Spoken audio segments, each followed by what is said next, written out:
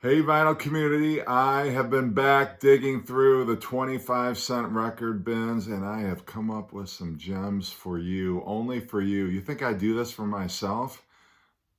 Anyway, I have got a couple of records here that I would like to show to you. First one is Frankie Carl, a Carl load of hits. Get it? Carl loads. I got a little train here. So this guy with his grand piano is at the train station, and a couple things about this. First of all, the placement of the songs on this album, could they have made it any more difficult to read? It's almost like you got to hold this album at a certain angle with a magnifying glass. Second of all, you're at a freaking train station. How the hell are you, of all instruments, to be playing a piano? We can't hear you. It's a train. The train is very loud. You need to play louder. We can't hear you. It makes no sense at all. Of all places to be trying to play a piano at a train station, I don't know if you are aware or if the people at RCA Victor, whoever designed this album cover, are aware. Trains are loud. There's no way this gentleman could be heard over a train. A train. I know it's a Carl load of hits. I know it's a pun. It makes no sense. Think about it, okay? And make the songs easier to read. I don't need to tilt the album up. I don't need to get out my bifocals or my magnifying glass to read the lyrics. RCA. There's not even any liner notes that I can make fun of. All I have to work with is this. You think I like this? I don't know why this album's got me so angry. I apologize. But anyway, he looks like a nice man. I'm sure he's a nice man. I'm sure he's thinking, whose idea is this? It makes no sense. Anyway, I thought that was amusing. So next up, we have the Vanilla Melt. The Vanilla Melt.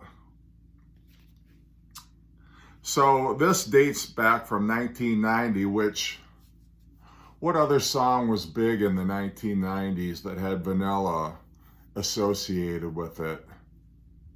Oh, Vanilla Ice, maybe you think. So these guys are from Detroit, I am ashamed to say. But seriously, vanilla, I mean, have you ever gone into a deli and ordered a vanilla melt? Yeah, I'll have the pastrami and a vanilla melt. What? That just makes me irritated already, just the whole name. So the band is LeVar. No idea what that means. They're both white guys, which hence, I guess, vanilla. I don't know. I need to know what is melting. How do you melt vanilla? Like, yeah, cheese you can melt. Snow you can melt. That would have made more sense. I mean, I think of a lot of things that you can melt, but vanilla is not one of them. I don't get it. I don't know. And I've listened to this, and it is just crappy white hip-hop music. It's not catchy. There's no hook on this album that would make it even approaching. But there's a parental advisory on here, so I'm sure they got real naughty with the lyrics. And the flip side is girls. Seemed like everybody had to throw a Z into their song back then. Girls in the room. Yeah, girls in the, what about girls in the, anyway, this song, this one irritates me also, just the whole idea. I don't know, it looks like there must have been a video for this or something, like these are still snapshots from, I don't know. It's just, it's crappy hip hop from the 90s, but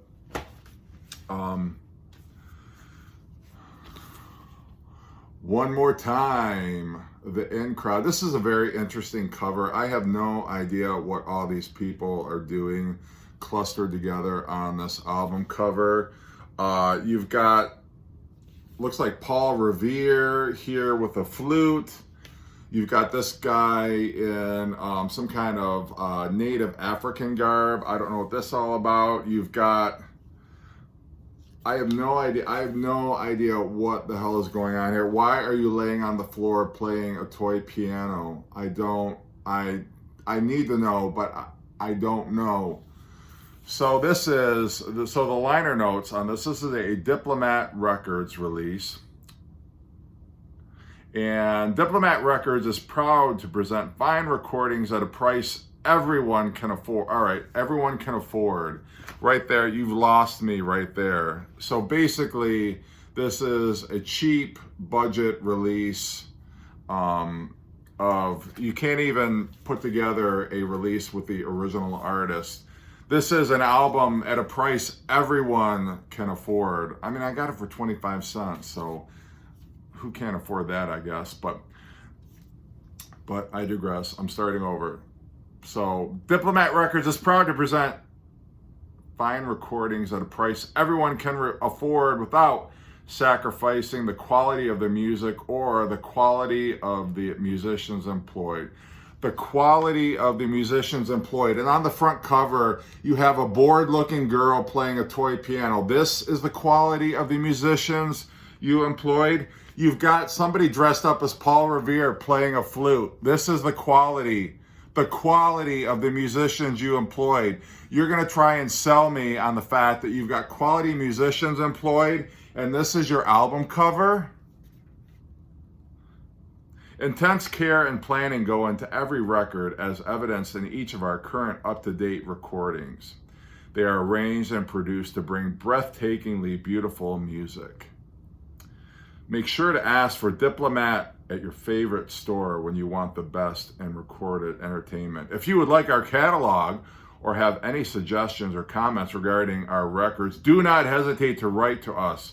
You will be answered immediately. Well, of course you'll be answered immediately because nobody's calling and asking for these records. So of course, who do they have to call back? If you call, absolutely they're going to call you back. They're bored. They have nothing else to do. I actually listened to this. It's really not that bad. And that kind of makes me angry a little bit because I was hoping this would be awful. But it's actually kind of jazz standards or jazz covers of songs, which I got to look at the front cover.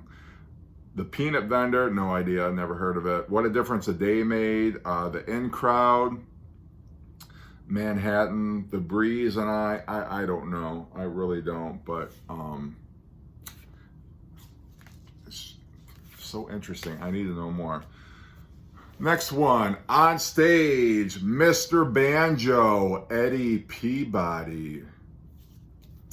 Recorded live at the Hacienda Hotel. Gotta love Eddie there. So, for the first, last, and only time, the Wizard of the Banjo. The Wizard of the Banjo has been recorded on stage while performing his world-famous act. I think that's a stretch. I doubt very much the world is clamoring for Mr. Banjo, Eddie Peabody, but I continue. Eddie Peabody, whose name is a synonym for banjo, did not know that. Did you know that comedian Steve Martin was very proficient at playing the Eddie Peabody? And do you know also who Steve Martin kept company with? Yes, a member of the Grateful Dead. Jerry Garcia was also very proficient in playing the Eddie Peabody. And he would play the Eddie Peabody very often, actually, with his bluegrass band. Because, you know, bluegrass bands are very notable for including the Eddie Peabody in their performances. It doesn't quite hold up, does it? Anyway, I digress even further. So, Eddie Peabody, whose name is a synonym for banjo, has shared his peppery vitality and ingratiating grin. The ingratiating grin. of Eddie Peabody has been sharing his peppery vitality and ingratiating grin with more audiences over more years than just about any other entertainer we can think of. Oh, really? So you couldn't think of Elvis. You couldn't think of Frank Sinatra. You couldn't think of the Beatles. You didn't think very hard. If Eddie Peabody is the first name that comes to mind,